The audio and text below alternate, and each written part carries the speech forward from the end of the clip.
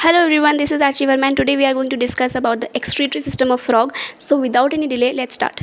सबसे पहले जो फ्रॉग होता है वो एक यूरियोटेलिक एनिमल होता है, वो यूरी एक्सक्रीट करता है। जो फ्रॉग का एक्सक्रीटरी सिस्टम होता है वो काफ़ी वेल डेवलप्ड होता है और उसके अंदर 2 किडनी, 2 यूरेटर, 1 क्लोएका और 1 यूरिनरी ब्लैडर होता है। जो यूरिनरी ब्लैडर होता है वो रेक्टम के वेंट्रल पोजीशन पे लोकेट होता है और उसकी जो वॉल्स होती हैं वो काफ़ी थिन होती हैं। किडनी में ये नाइट्रोजनस वेस्ट आता कैसे है? ब्लड में जितना भी नाइट्रोजनस वेस्ट बना हुआ होता है फिर इकट्ठा हुआ होता है वो सारा का सारा किडनी तक जाता है और वहाँ पे सेपरेट और एक्सक्रीशन के लिए उसे तैयार किया जाता है।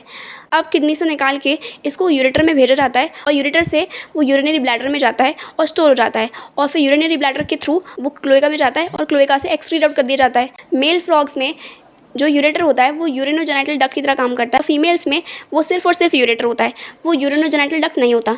ऐसा क्यों? क्योंकि मेल्स के अंदर जो टेस्टिस होती हैं वो डबल पेरिटोनियम फोल्ड के थ्रू किडनी के ऊपर अटैच रहती हैं और ureter as the urinogenital duct काम करता है क्योंकि वो यूरिन तो भेज ही रहा है, साथ साथ में स्पर्म्स भी भेज रहा है।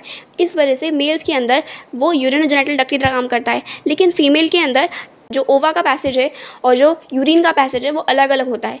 यानी कि जो ओवा जाता है वो ओविडक्ट के थ्रू जाता है और यूरिन जाती है वो यूरेटर के थ्रू जाती है और वो दोनों जाकर के क्लोएका के अंदर ओपन हो जाते हैं। अब किडनी ये सेपरेशन और एक्सक्रीशन का काम करती कैसे है?